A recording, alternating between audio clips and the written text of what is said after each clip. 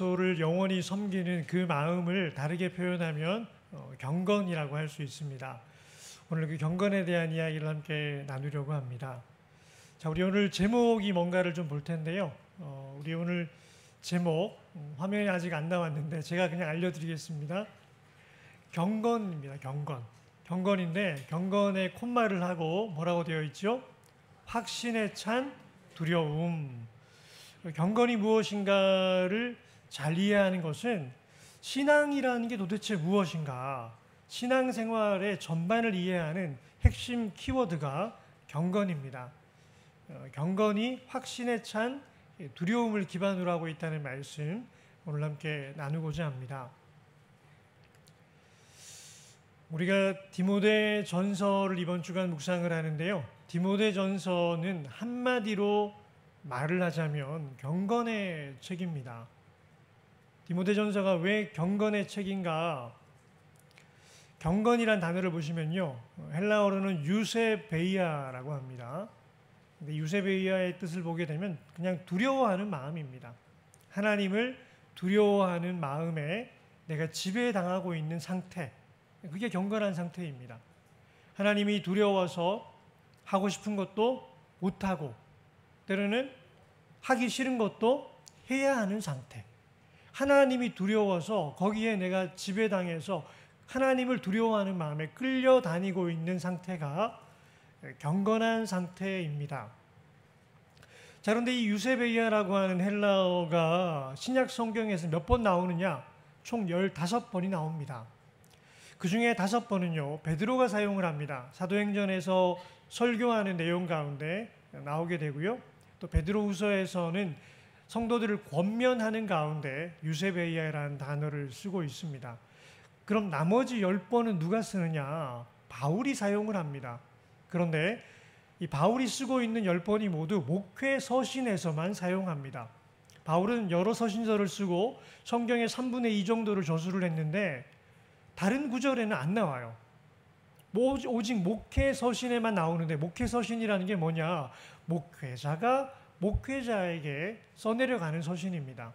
바울이 자기의 아들같이 여겼던 디모데에게 그리고 디도에게 목회의 비결을 알려주면서 쓰고 있는 서신이 목회 서신인데, 그 목회 서신에만 10번이 등장하게 됩니다.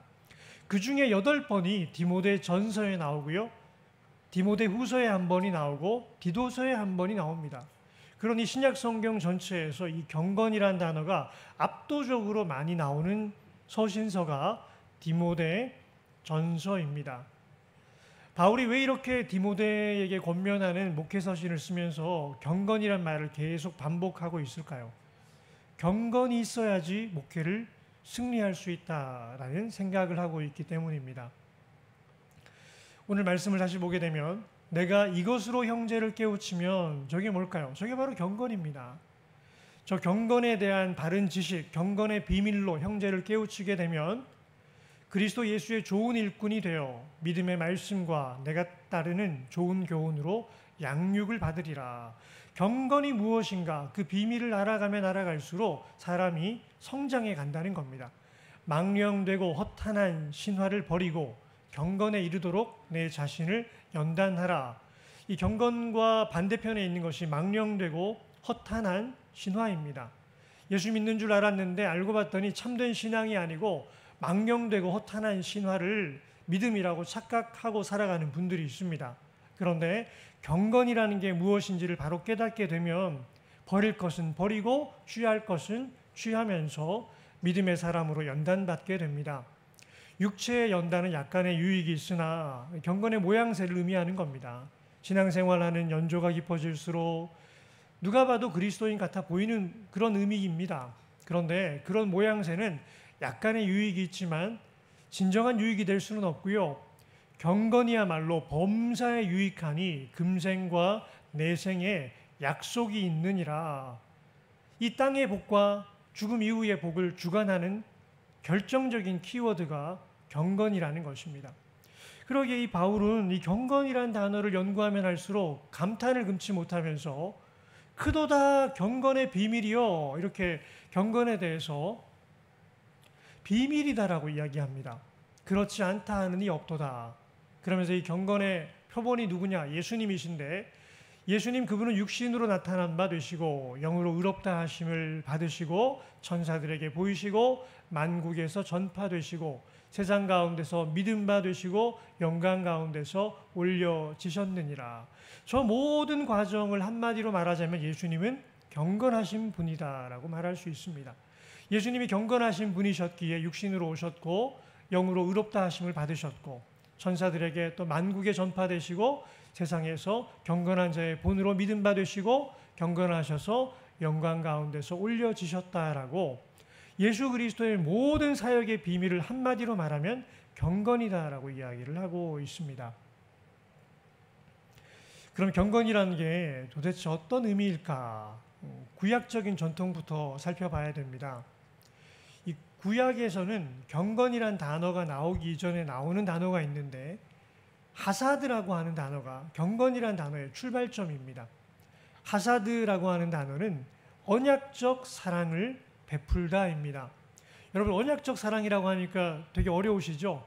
이건요, 내가 너 사랑하기로 작정할게, 이렇게 작정하고 사랑하는 겁니다.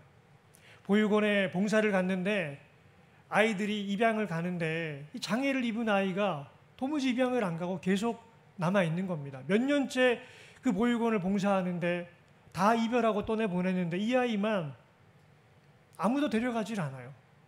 팔도 제대로 온전하지 않고 다리도 없는 그 아이를 아무도 데려가지 않는 거예요.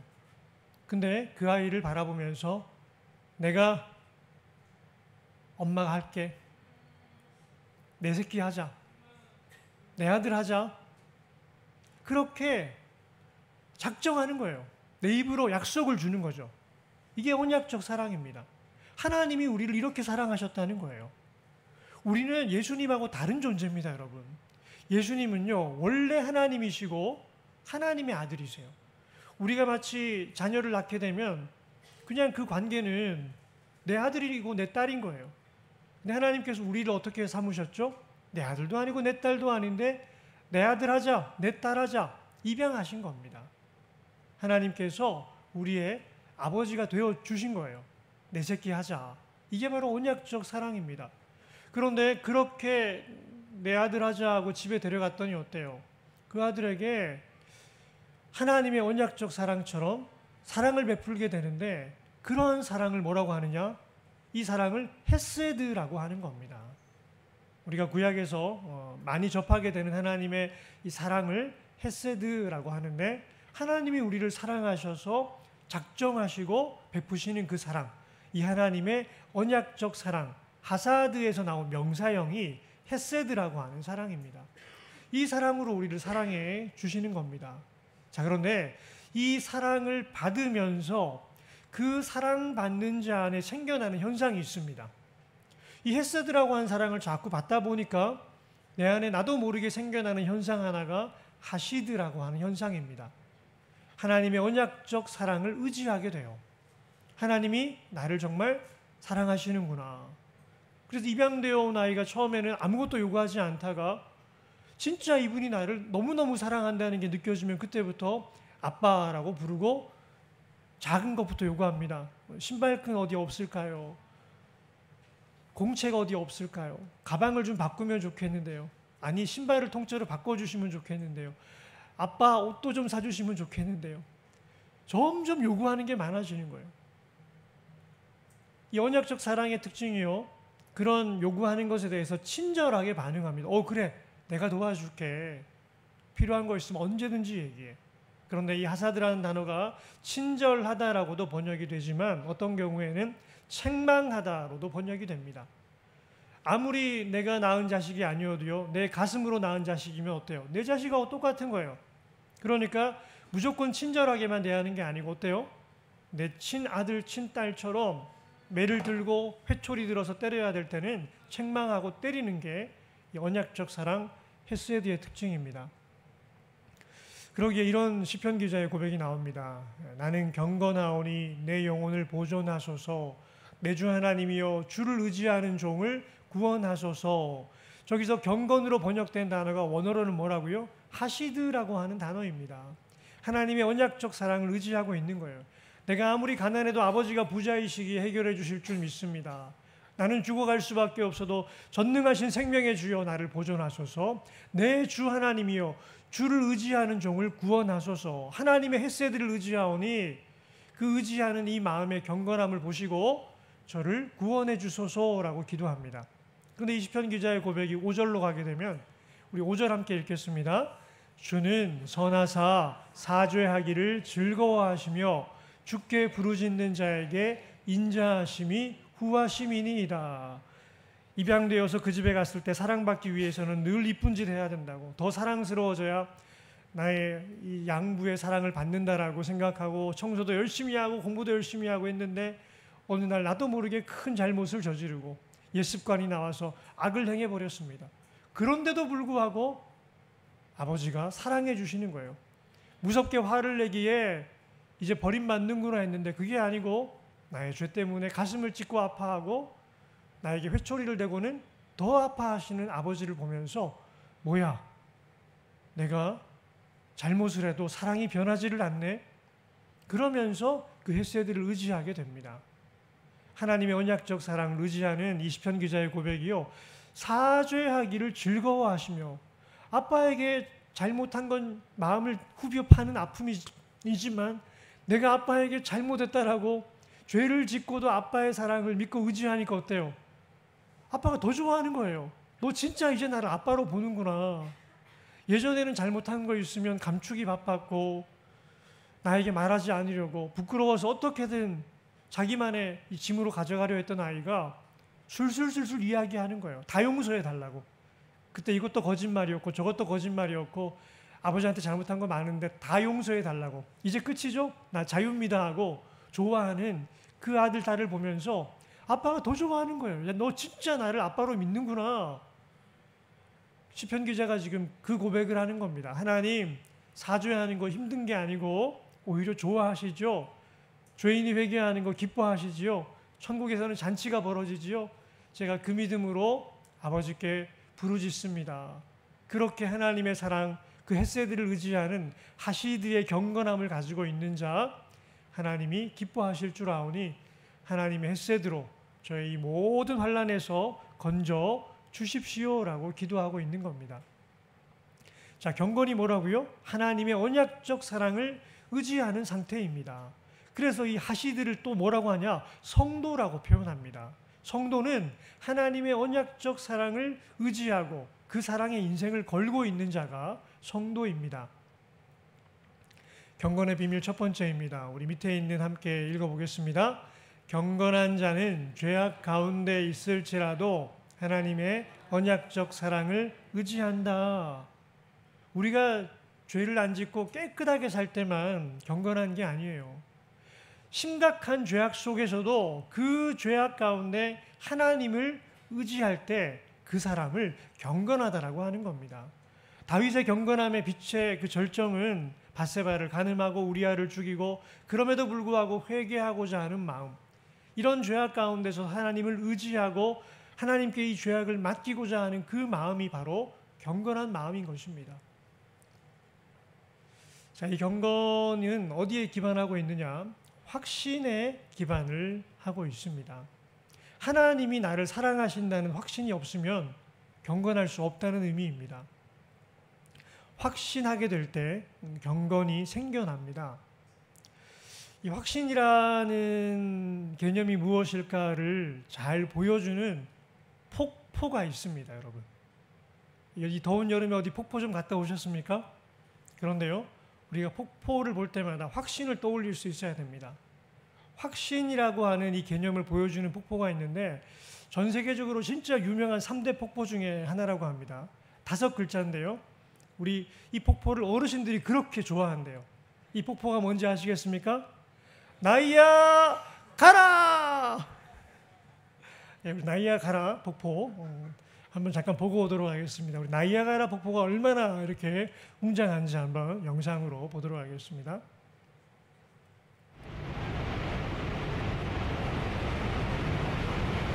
네, 불 잠깐 꺼주실래요?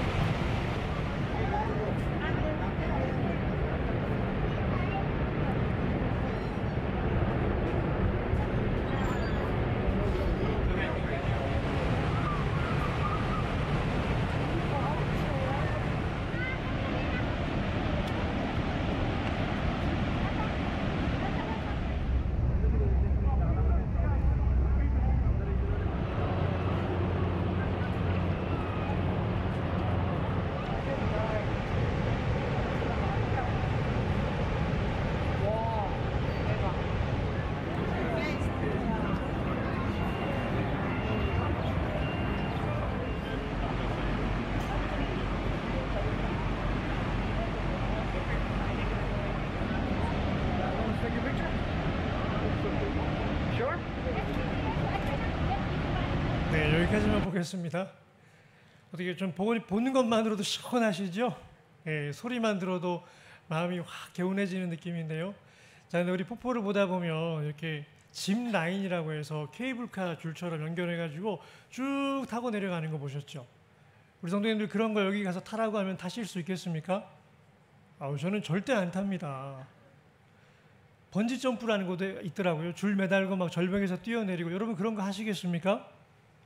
저는 절대 안 합니다. 왠지 아십니까? 목숨이 한 개밖에 없거든요. 아무리 스릴이 있고 좋아도 목숨을 거기다가 그렇게 낮은 확률이어도 위험하게 맡길 수는 없습니다. 그런데 이 나이아가라 폭포에서 이런 얘기 들어보셨을 겁니다.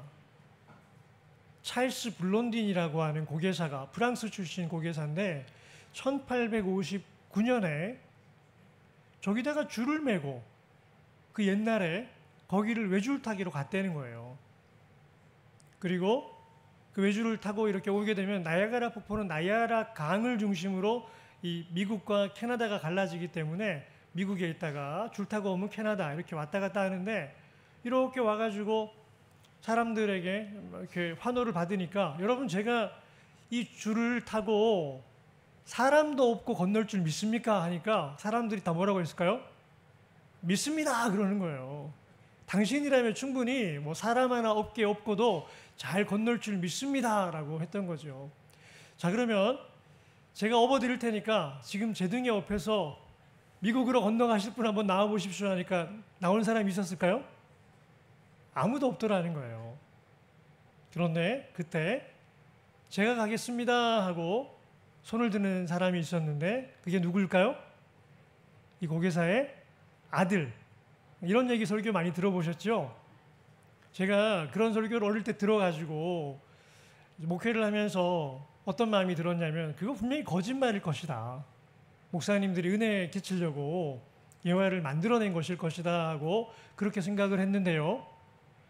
찾아보니까 찰스 블론딘이라는 사람이 실제로 있었고, 이 나이아가라 폭포에서 외줄 타기를 하면서 거기를 왔다 갔다 하면서 수레도 끌고 다니고 고개도 하고 실제로 그런 사람이 있었더라고요.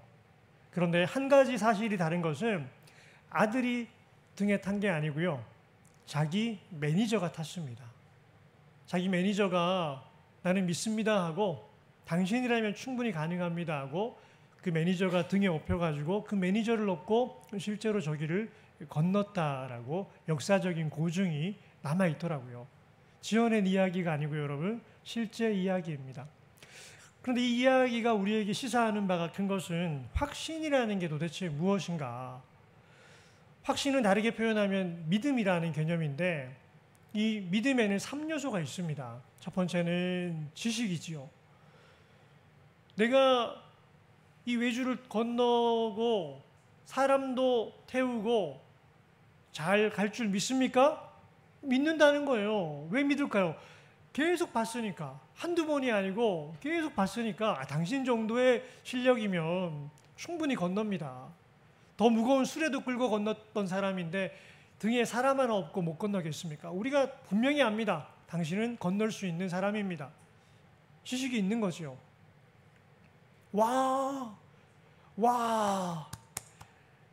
어떻게 이 나이아가라 폭포에서 저렇게 외줄을 타고 건널까? 대단한 사람입니다.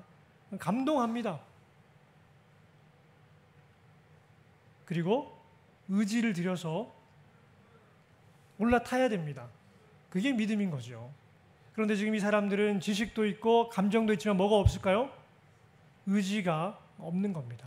온전한 믿음이 되지를 못하는 거죠. 그런데 사실은 의지만 가지고도 부족합니다. 의지를 가지고 올라타긴 탔는데 믿어지진 않는 거예요.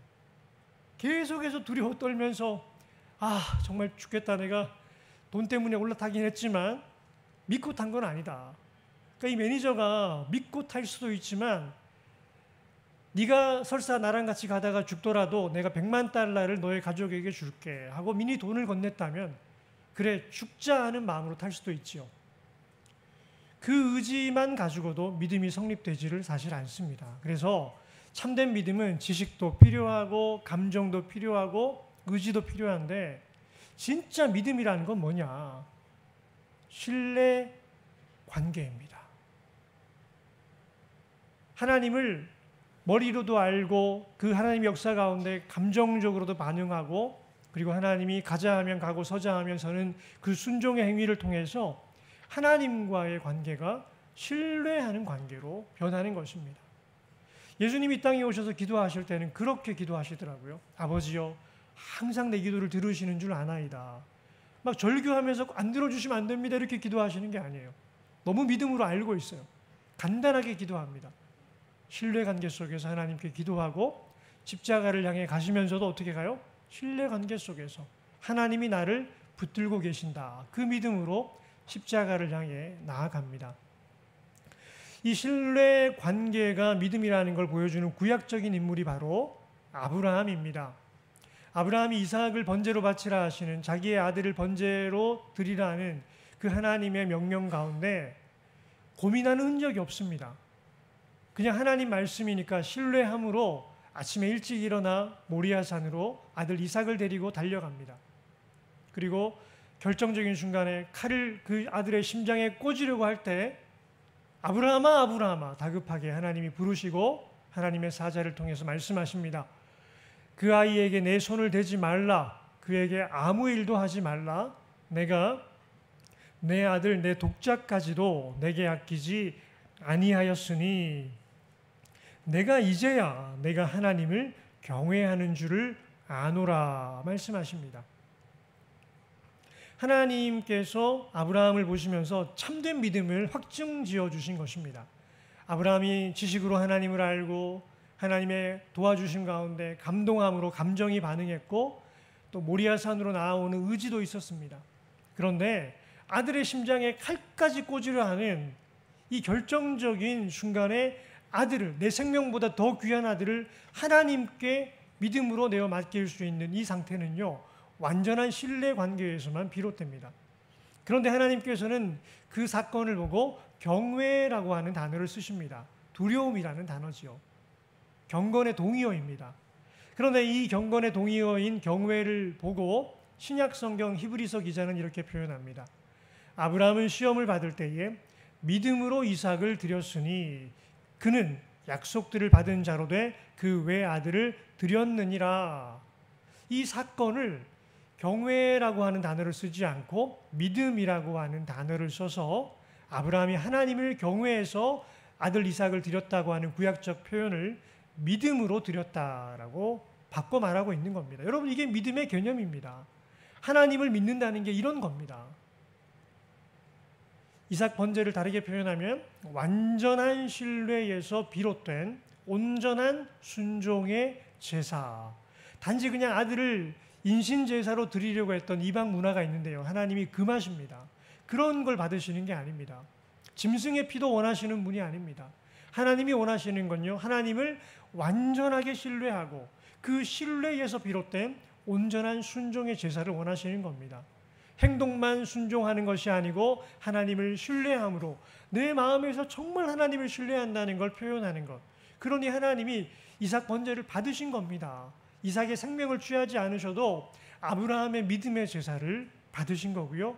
네가 바로 믿음의 조상이다. 내가 원하는 게 이건데 네가 삶으로 본을 보였다라고 확증지어 주십니다. 자, 참된 경건의 두 번째 사실 우리 함께 읽습니다.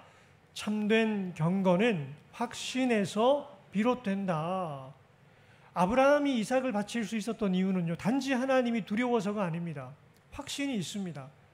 나보다 나를 더 사랑하시는 하나님, 나는 불가능하다고 끝났다라고 생각했던 아들을 낳는 그 후계를 이어가는 그 사건 속에서 100세가 되었을 때도 아들을 주시는 전능하신 하나님에 대한 확신, 그리고 내가 계속해서 하나님 앞에 불순종하고 잘못했음에도 불구하고 버리지 않으시는 확신, 전능자의 사랑에 대한 확신에서부터 내 아들을 가장 보호하는 비결은 이 하나님의 사랑에 내 아들을 내어 맡기는 것입니다. 그러니 아들을 죽이는 게 아니고요, 하나님의 사랑에 아들을 내어 맡기는 번제를 드린 것입니다. 이 확신에서부터 참된 경건이 가능해집니다. 자, 그런데 두려움도 있습니다.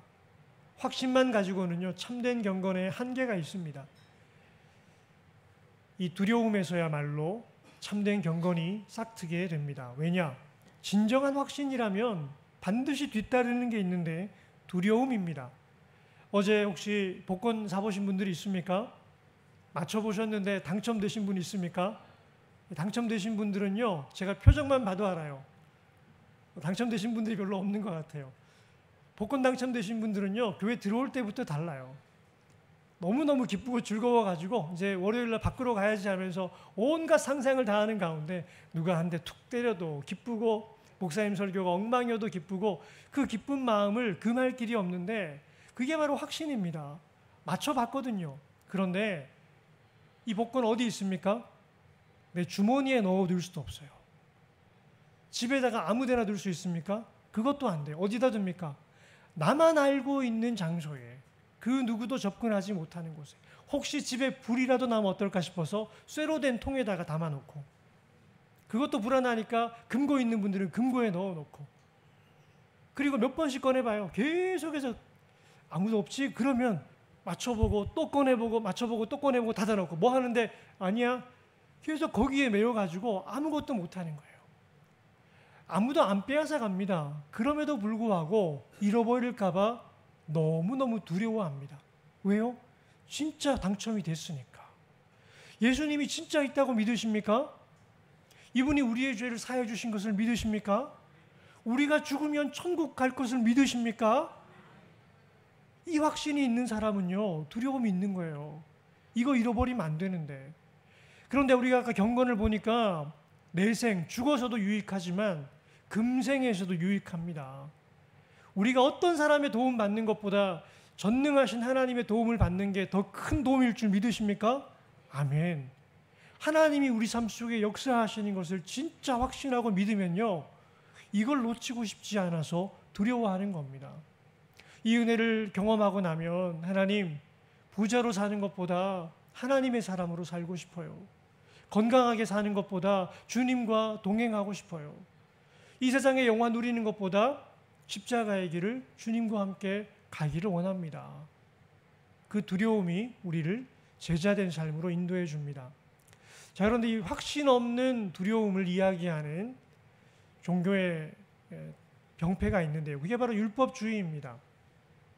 율법주의는 뭐냐면요, 하나님과의 언약적 관계에 인생을 거는 게 아니고 율법적 행위에다가 내 신앙생활에 중심을 두는 겁니다. 내가 예수 믿고 나서 이제는 죄악도 행하지 아니하고 선행도 많이 행하고 성경에 있는 말씀 그대로 다 착하고 좋은 행동만 하니 율법적 행위를 의지해서 나 구원받았어 라고 확신을 가지려고 하는 태도입니다. 그런데 확신이 될까요? 안 될까요? 안 됩니다. 오라 나는 곤고한 사람이로다. 내가 아무리 하나님의 법을 행하려고 해도 내 안에 있는 또 다른 법이 있는데 죄와 사망의 법이 나를 끌어내린다라고. 아무리 하나님의 뜻을 이루어 보려고 해도요, 죄인인 내 안에 있는 죄성을 감당할 수 없는 자신을 마주대하게 됩니다.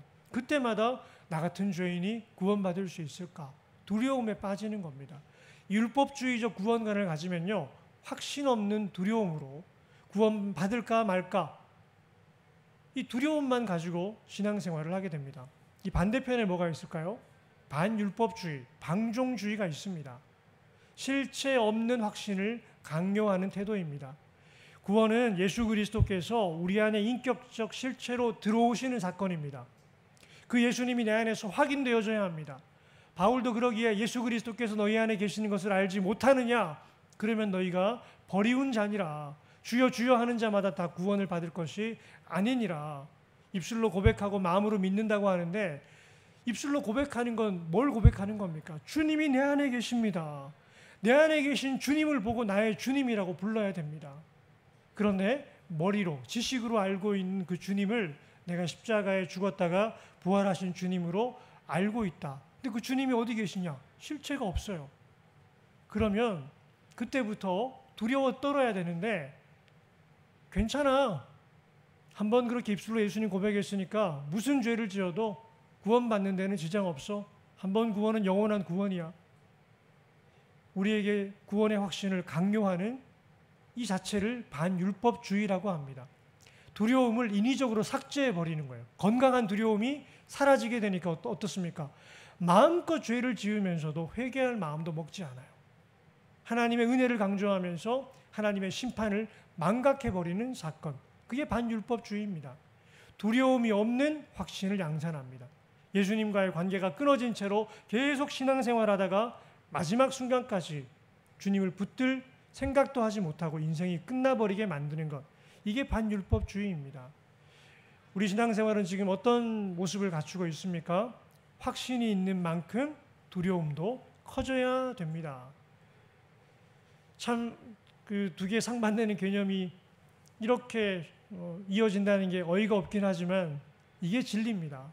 예수 그리스도에 대한 확신, 구원에 대한 확신이 깊어질수록 두려움도 커지게 되어 있습니다. 저 확신은, 구원받은 확신이 신앙생활의 원동력이 되어야 되고, 저 두려움은 신앙의 울타리가 되어서 하나님의 법을 떠나가지 않도록 나를 지켜줍니다. 신앙생활의 원동력은 구원에 대한 확신, 내 신앙생활의 울타리는 구원에 대한 상실 두려움. 이것이 우리의 신앙생활을 건강하게 유지하게 해줍니다. 바울은요, 얼마나 확신했습니까? 바울은 내가 달려갈 길을 마치고 이제 나에게 의의 면류관이 준비되었으니 하나님께서 나에게 주시리라 너무나 강하게 확신하고 있습니다. 나 천국 간다. 믿음을 지켰다. 이제 의의 면류관이 예비되어 있다라고 확신하는 그 바울이 복음을 가르치면서 뭐라고 가르치느냐? 그러므로 나의 사랑하는 자들아, 너희가 나 있을 때뿐 아니라 더욱 지금 나 없을 때에도 항상 복종하여 두렵고 떨림으로 너희 구원을 이루라.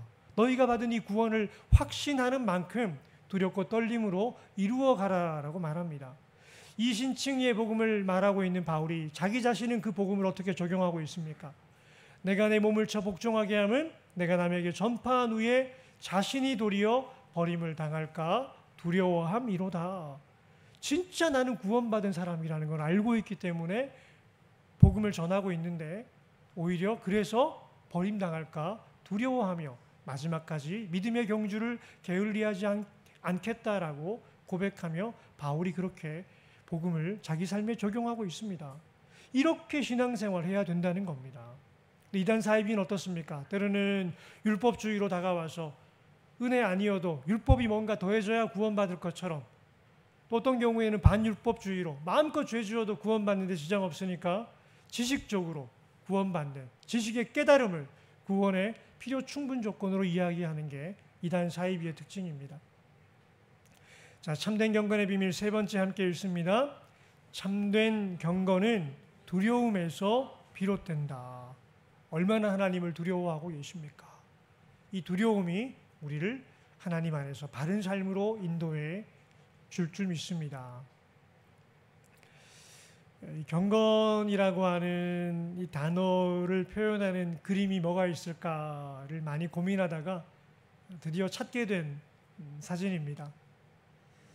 이 경건은요, 모양이 아닙니다. 경건의 모양은 있으나 경건의 능력은 부인하니 이 같은 자들에게서 내가 돌아서라 말하고 있습니다. 우리가 경건하면 옷을 거룩하게 잘 차려입고 머리도 깨끗하게 잘 다듬고 말 한마디도 교양 있게 하고 그런 걸 생각하는데요. 그건 본질이 아닙니다. 모양입니다. 능력은 뭘까요? 능력은요, 바다를 향해서 뛰어내릴 수 있는 겁니다. 경건하시드는 뭘 의지하는 거라고요? 하나님의 헤세드를 의지하는 겁니다. 하나님의 은혜의 바다가 내 앞에 펼쳐져 있다는 걸 믿기 때문에 저 바다는 바위덩어리가 아니고 내가 빠져도 나를 받아준다는 걸 믿기 때문에 뛰어내리는 겁니다. 지금 저기가 바다니까 우리는 와 좋겠다, 이제 풍덩 빠지면 시원하겠다, 그런 기대를 하게 되는데요. 저기가 만약에 바다가 아니고 맨바닥이라면 어떻게 될까요? 돌바닥이라면 어떻게 되죠? 죽는 겁니다. 지금 저분은 뭘 믿고 있습니까? 바다가 나를 품어준다는 것을 믿고 있습니다. 그 믿음이 경건입니다. 모양은 뭘까요? 모양은요, 수영복도 좋은 거 입고 선글라스처럼 물안경도 잘 쓰고 누가 봐도 선수처럼 모양을 하고 왔는데 저 위에 올라가가지고 뛰어내려야 되는데 뛰어내리지를 못해요. 뛰어내리려고 하다가 두려워서 뒷걸음질 치고 사진 포즈만 잘 잡고 나 못 뛰겠다고 돌아오면 경건의 모양만 있는 것입니다. 진짜 경건은 뭐지요? 은혜의 바다로 뛰어내리는 겁니다. 아브라함이 하나님 앞에 이삭을 내어 던지는 것처럼 우리 인생을 하나님의 헤세드에 걸어보는 겁니다. 사랑하는 성도님들, 우리가 어떤 죄인이어도 예수 그리스도의 보혈의 바다에 우리 인생을 던지면 주의 피로 씻어주실 줄 믿습니다. 어떤 죄악 가운데서도 몇 번의 회개를 해도요, 진심으로 회개하고만 돌아온다면 우리 주님은 외면하시는 분이 아니세요. 70번에 7번이라도 용서해 주신다고 무한한 용서를 약속하신 분입니다. 우리가 어떤 죄악 가운데 있을지라도요, 우리를 그대로 받아주실 줄 믿습니다. 그 주님을 확신하고 우리 자신의 죄와 허물을 내어 던질 수 있기를 소망합니다. 우리의 죄의 문제를 해결해 주신 하나님께서 우리의 건강의 문제 해결해 주실 줄 믿습니다. 우리 하나님은 전능자이십니다. 정말 하나님께 매어 달려 기도할 때 하나님 고쳐주시잖아요. 히스기야의 병을 왜 고쳐주셨습니까? 15년의 생명을 왜 연장해 주셨습니까? 벽을 보고 하나님밖에 고칠 분이 없다라고 벽 보고 하나님 살려달라고 은혜의 바다에 뛰어내리는 마음으로 전심으로 구할 때 우리 하나님 역사해 주시지 않습니까? 우리 하나님 육신의 문제도 해결해 주실 줄 믿습니다. 물질의 문제도 간섭해 주실까요? 그럼요. 우리의 물질도 하나님이 주관하심을 진짜 믿고 하나님, 제가 사람의 도움 이전에 저의 지식과 생각 이전에 전심으로 여호와의 능력을 구하오니 하나님의 헤세드로 저를 받아주십시오. 내 새끼를 향한 사랑으로 이렇게 못나고 초라하고 추해도 내 자식 사랑하는 마음으로 하나님 도와주세요. 아버지 망했습니다. 살려주세요. 그렇게 첨벙 뛰어들면요, 하나님이 고쳐주실 줄 믿습니다. 우리의 관계의 문제도 하나님이 하나가 되게 하실 줄 믿습니다. 그 믿음으로 하나님께 나아가는 것이, 내 인생을 내어 맡기는 것이 경건입니다. 자, 우리 경건을 우리 다시 한번 정의하는 문구 읽어볼까요? 예수님이 나를 사랑하신다는 확신에 찬 두려움으로 그 사랑에 내 인생을 내어 던지는 삶의 실천입니다. 실천. 마음만 가지고는 부족합니다. 예수님이 나를 사랑하신다는 믿음으로 죄인이어도 던지고 초라해도 던지고 사람들이 다 외면해도 주님께는 나를 내어 맡길 수 있는 그 확신에 찬 두려움으로 그 사랑에 내 인생을 내어 던지는 과림리의 모든 성도님들 되시기를 주님의 이름으로 축원합니다. 아멘. 사랑의 아버지 하나님, 우리가 아무리 죄인이고 우리가 아무리 못나고 부족해도